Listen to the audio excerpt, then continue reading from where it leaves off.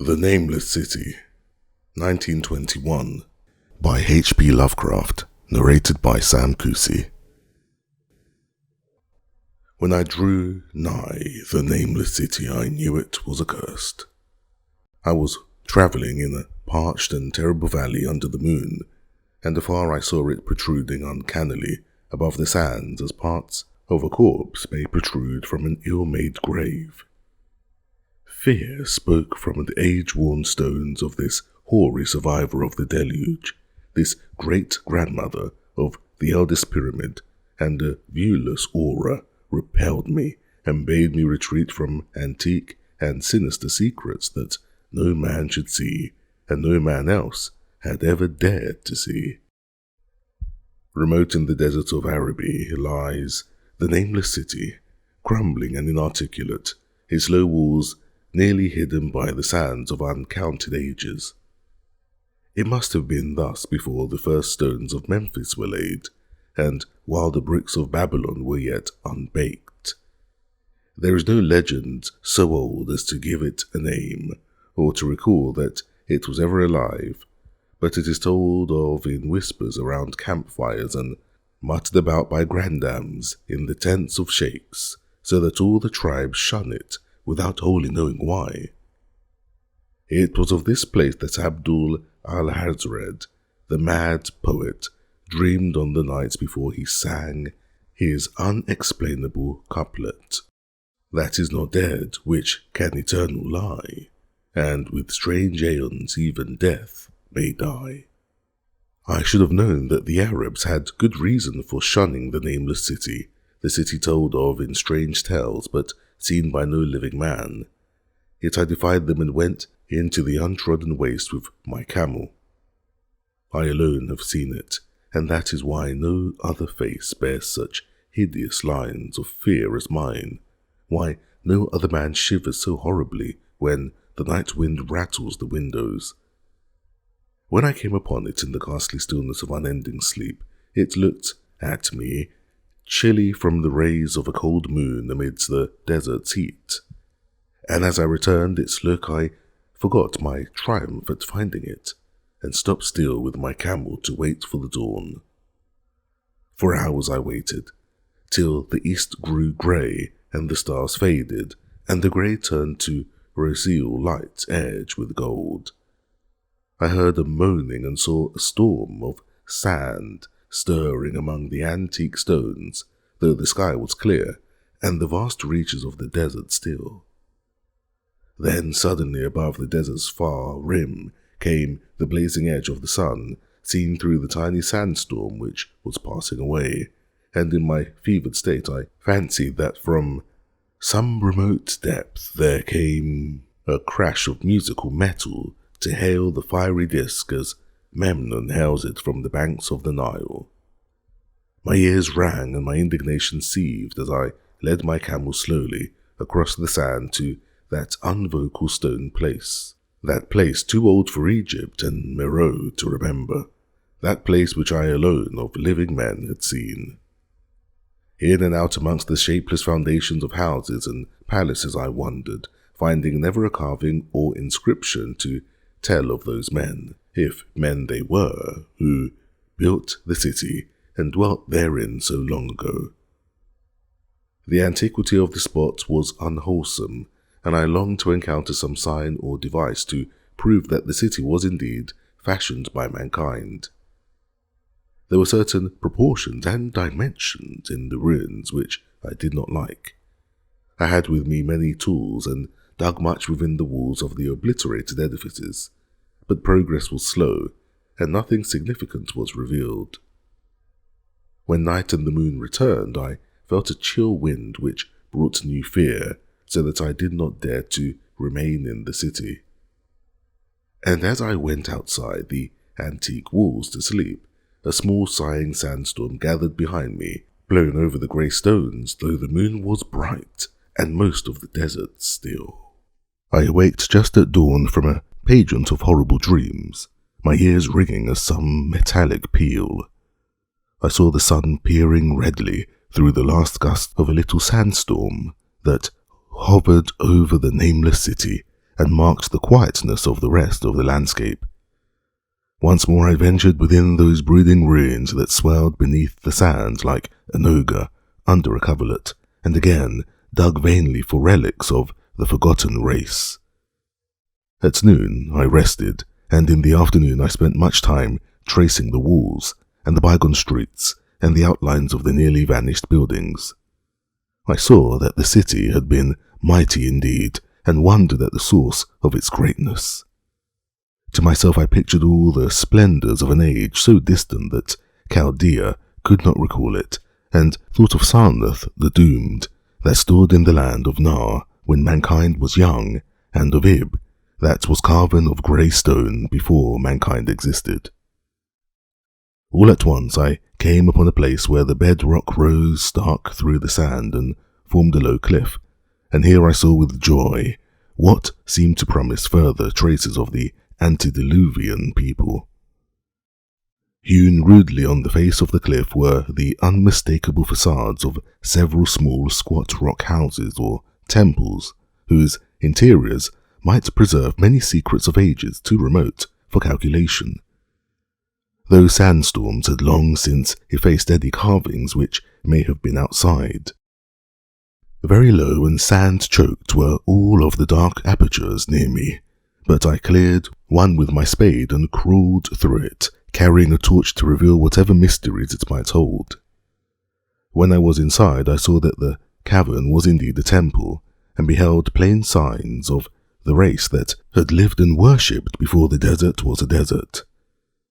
Primitive altars, pillars and niches, all curiously low, were not absent, and though I saw no sculptures nor frescoes, there were many singular stones clearly shaped into symbols by artificial means. The lowness of the chiselled chamber was very strange, for I could hardly more than kneel upright, but the area was so great that my torch showed only part at a time. I shuddered oddly in some of the far corners, for certain altars and stones suggested forgotten rites of terrible, revolting and inexplicable nature, and made me wonder what manner of men could have made and frequented such a temple. When I had seen all that the place contained, I crawled out again, avid to find what the other temples might yield. Night had now appeared, yet the tangible things I had seen made curiosity stronger than fear, so that I did not flee from the long moon-cast shadows that had daunted me when first I saw the nameless city. In the twilight I cleared another aperture, and with a new torch crawled into it, finding more vague stones and symbols, though nothing more definite than the other temple had contained. The room was just as low, but much less broad, ending in a very narrow passage crowded with obscure and cryptical shrines. About these shrines I was prying when the noise of a wind and of my camel outside broke through the stillness and drew me forth to see what could have frightened the beast. The moon was gleaming vividly over the primeval ruins, lighting a dense cloud of sand that seemed blown by a strong but decreasing wind from some point along the cliff ahead of me. I knew it was this chilly, sandy wind which had disturbed the camel and was about to lead him to a place of better shelter when I chanced to glance up and saw that there was no wind atop the cliff. This astonished me and made me fearful again, but I immediately recalled the sudden local winds I had seen and heard before at sunrise and sunset, and judged it was a normal thing.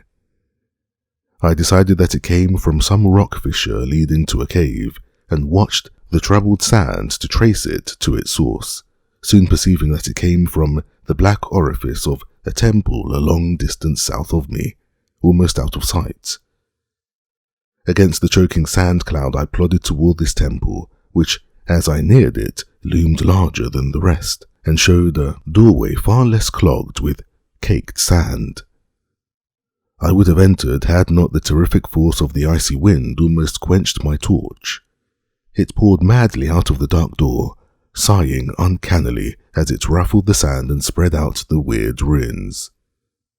Soon it grew fainter, and the sand grew more and more still, till finally all was at rest again, but a presence seemed stalking among the spectral stones of the city, and when I glanced at the moon, it seemed to quiver as though mirrored in unquiet waters. I was more afraid than I could explain, but not enough to dull my thirst for wonder, so as soon as the wind was quite gone, I crossed into the dark chamber from which it had come. This temple, as I had fancied from the outset, was larger than either of those I had visited before, and was presumably a natural cavern, since it bore winds from some region beyond. Here I could stand quite upright, but saw that the stones and altars were as low as those in the other temples. On the walls and roof I beheld for the first time some traces of the pictorial art of the ancient race, curious curling streaks of paint that had almost faded or crumbled away, and on two of the altars I saw, with rising excitement, a maze of well-fashioned, curvilinear carvings.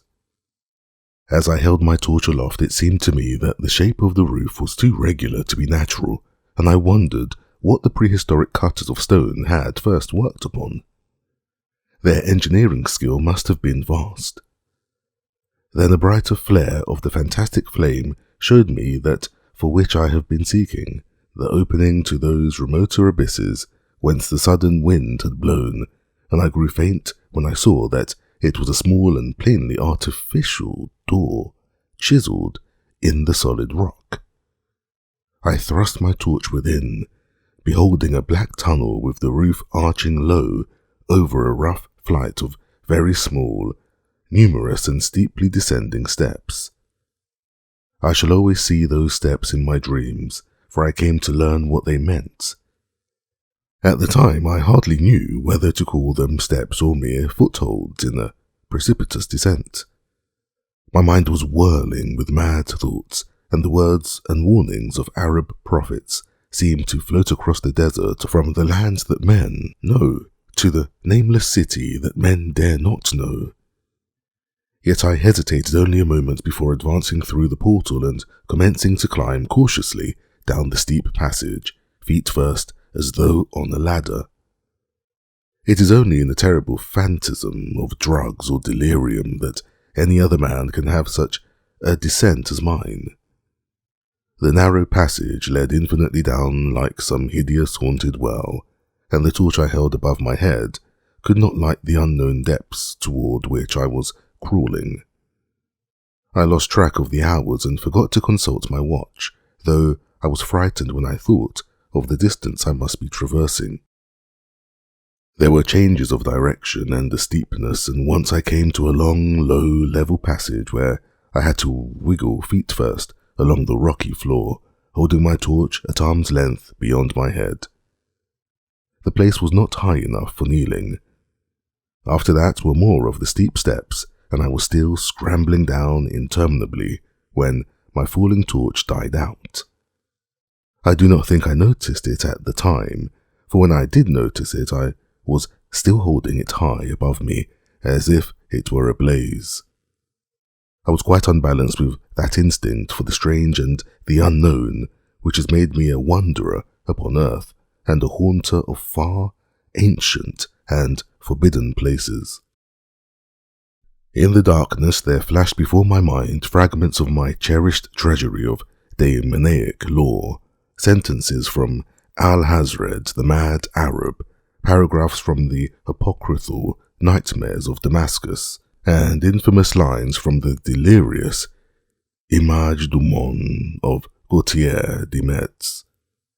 I repeated queer extracts and muttered of Afrasiab and the daemons that floated with him down the Oxus, later chanting over and over again a phrase from one of the Lord Dunsany's tales, the unreverberate blackness of the abyss.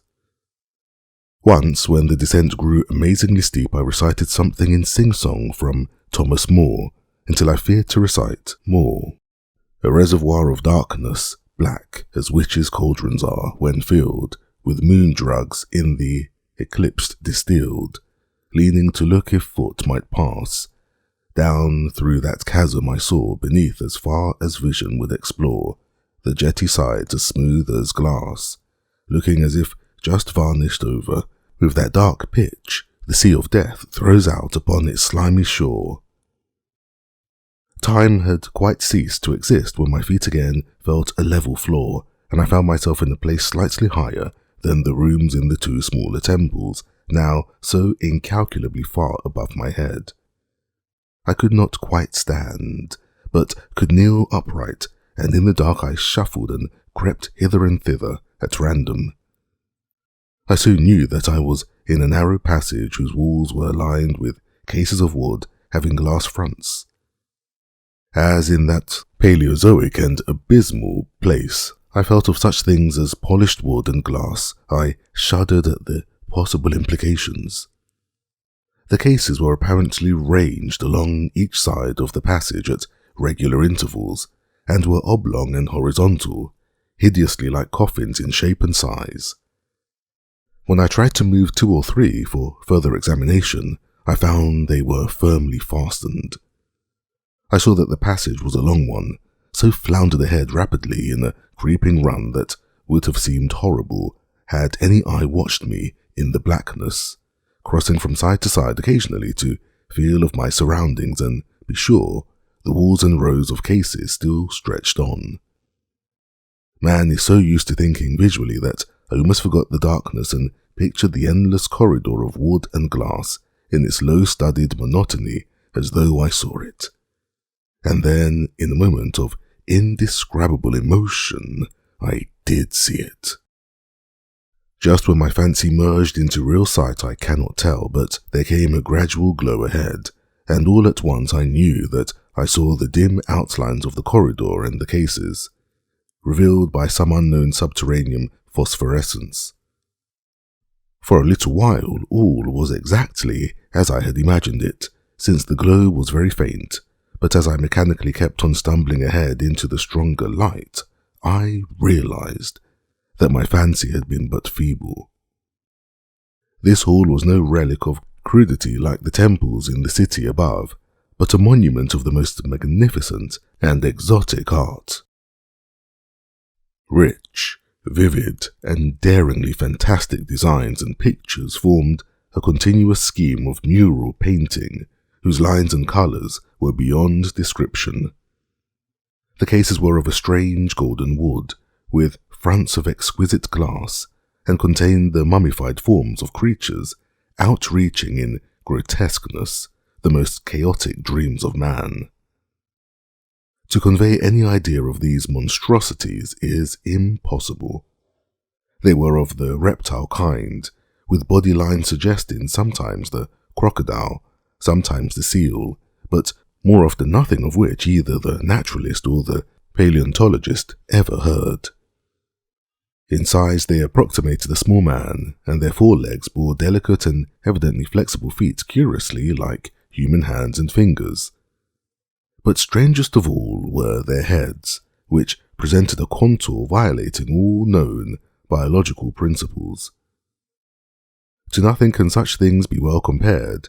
In one flash I thought of comparisons as varied as the cat, the bulldog, the mythic satyr, and the human being. Not Jove himself had so colossal and protuberant a forehead, yet the horns and the noiselessness of the alligator-like jaw placed the things outside all established categories. I debated for a time on the reality of the mummies, half suspecting they were artificial idols, but soon decided they were indeed some Paleogene species which had lived when the Nameless city was alive. To crown their grotesqueness, most of them were gorgeously enrobed in the costliest of fabrics and lavishly laden with ornaments of gold, jewels, and unknown shining metals. The importance of these crawling creatures must have been vast, for they held first place among the wild designs of the frescoed walls and ceiling. With matchless skill had the artist drawn them in a world of their own, wherein they had cities and gardens fashioned to suit their dimensions, and I could not but think that their pictured history was allegorical, perhaps showing the progress of the race that worshipped them. These creatures, I said to myself, were to the men of the Nameless city what the she-wolf was to Rome, or some totem beast is to a tribe of Indians.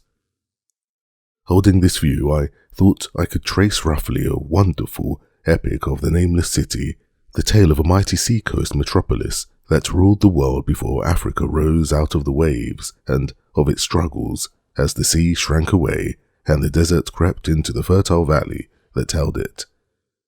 I saw its wars and triumphs, its troubles and defeats, and afterwards its terrible fight against the desert when thousands of its people, here represented in allegory by the grotesque reptiles, were driven to chisel their way down through the rocks in some marvellous manner to another world, whereof their prophets had told them. It was all vividly weird and realistic, and its connection with the awesome descent I had made was unmistakable.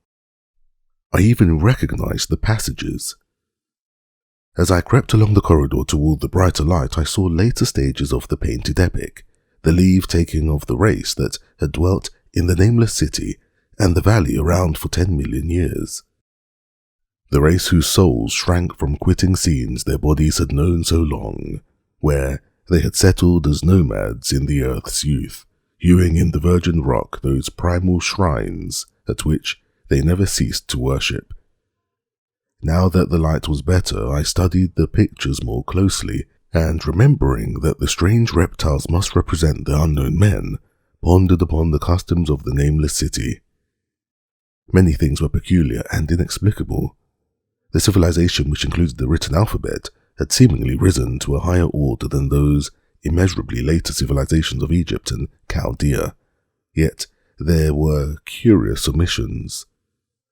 I could, for example, find no pictures to represent deaths or funeral customs, save such as were related to wars, violence and plagues, and I wondered at the reticence shown concerning natural death. It was as though an ideal of earthly immortality had been fostered as a cheering illusion. Still nearer the end of the passage were painted scenes of the utmost picturesqueness and extravagance, contrasted views of the Nameless City in its desertion and growing ruin, and of the strange new realm of paradise to which the race had hewn its way through the stone. In those views, the city and the desert valley were shown always by moonlight, a golden nimbus hovering over the fallen walls and half revealing the splendid perfection of former times, shown spectrally and elusively by the artist. The paradisal scenes were almost too extravagant to be believed, portraying a hidden world of eternal day filled with glorious cities and ethereal hills and valleys. At the very last, I thought I saw signs of an artistic anticlimax.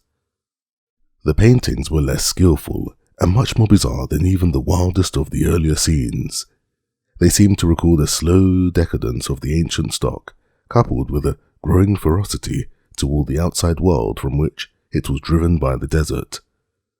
The forms of the people, always represented by the sacred reptiles, appeared to be gradually wasting away, though their spirit was shown hovering about the ruins by moonlights gained in proportion. Emaciated priests, displayed as reptiles in ornate robes, cursed the upper air and all who breathed it, and one terrible final scene showed a primitive-looking man, perhaps a pioneer of ancient Irem, the city of pillars, torn to pieces by members of the elder race. I remembered how the Arabs fear the Nameless City, and was glad that beyond this place the grey walls and ceiling were bare. As I viewed the pageant of mural history, I had approached very closely the end of the low-ceiled hall, and was aware of a great gate through which came all the illuminating phosphorescence.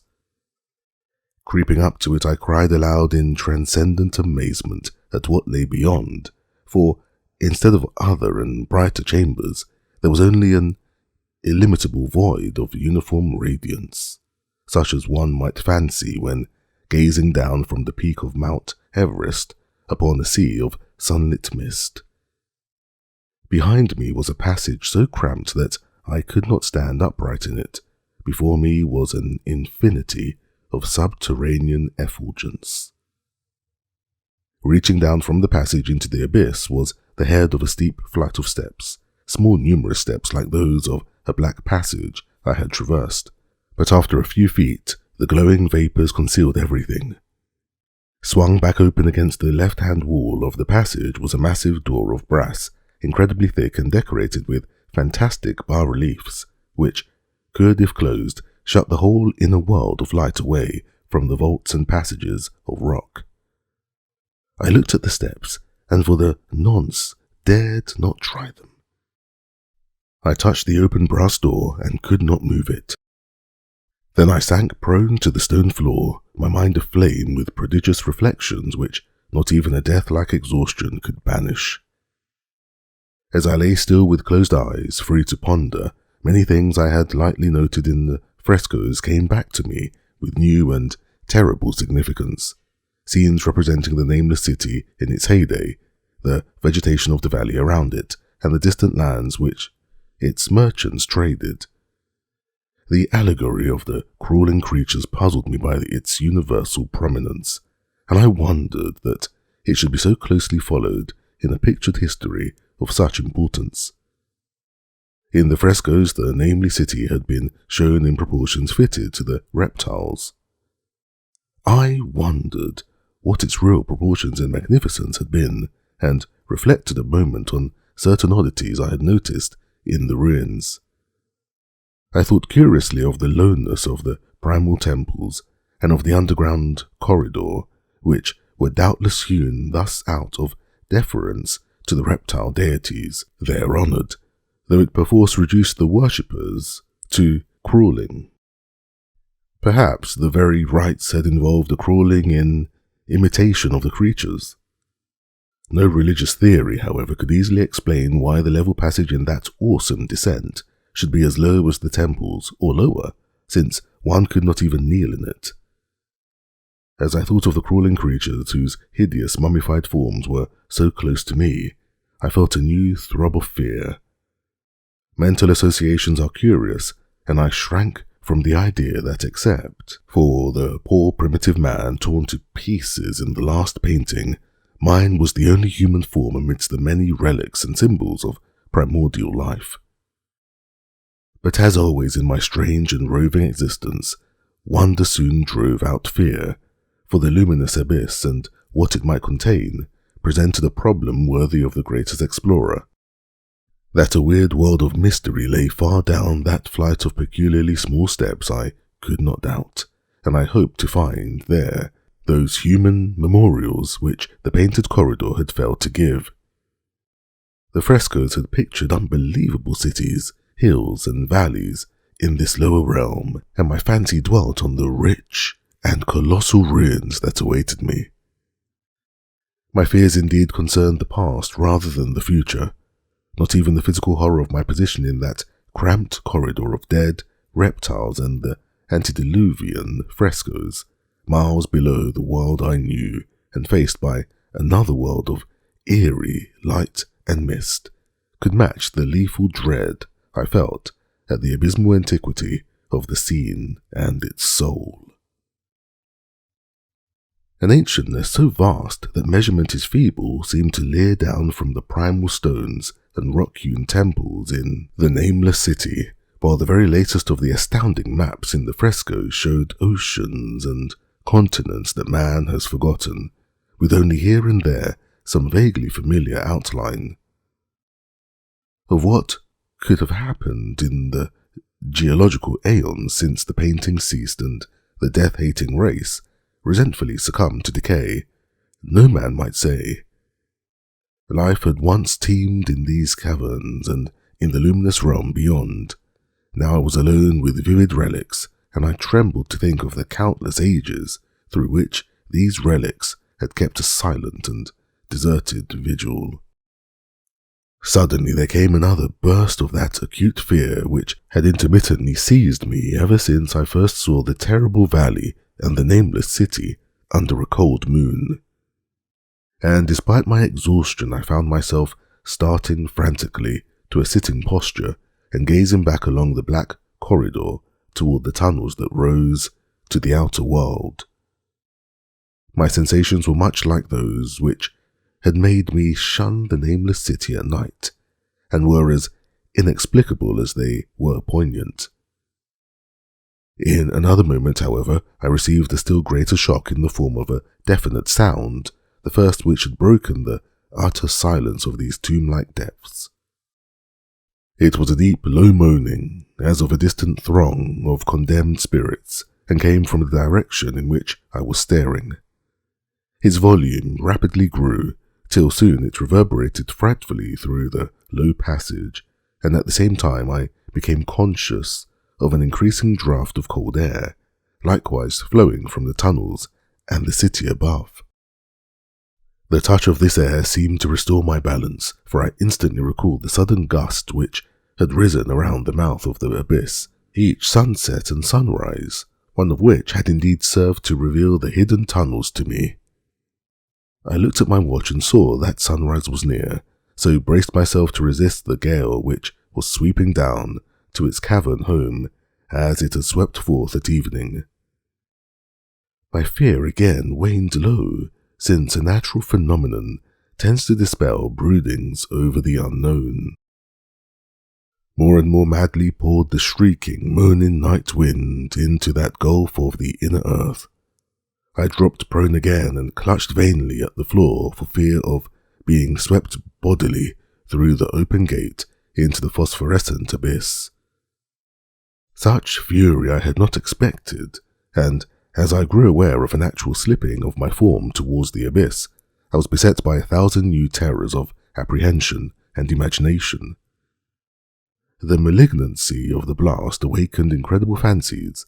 Once more I compared myself shudderingly to the only other human image in that frightful corridor, the man who was torn to pieces by the nameless race, for in the fiendish clawing of the swirling currents there seemed to abide a vindictive rage, all the stronger because it was largely impotent.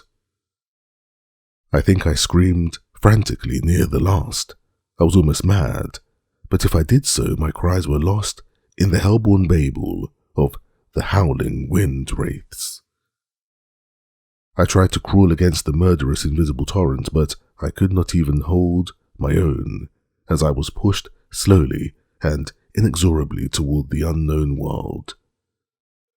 Finally, reason must have wholly snapped, for I fell to babbling over and over that unexplainable couplet of the mad Arab, Al-Hazred, who dreamed of the nameless city, that is not dead which can eternal lie, and with strange aeons even death may die.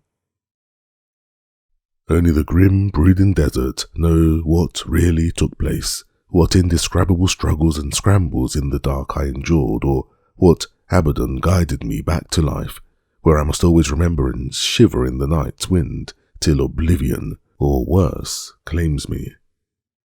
Monstrous, unnatural, colossal was the thing, too far beyond all the ideas of man to be believed except in the silent, damnable small hours when one cannot sleep. I have said that the fury of the rushing blast was infernal, cacodemoniacal, and that its voices were hideous with the pent-up viciousness of desolate eternities.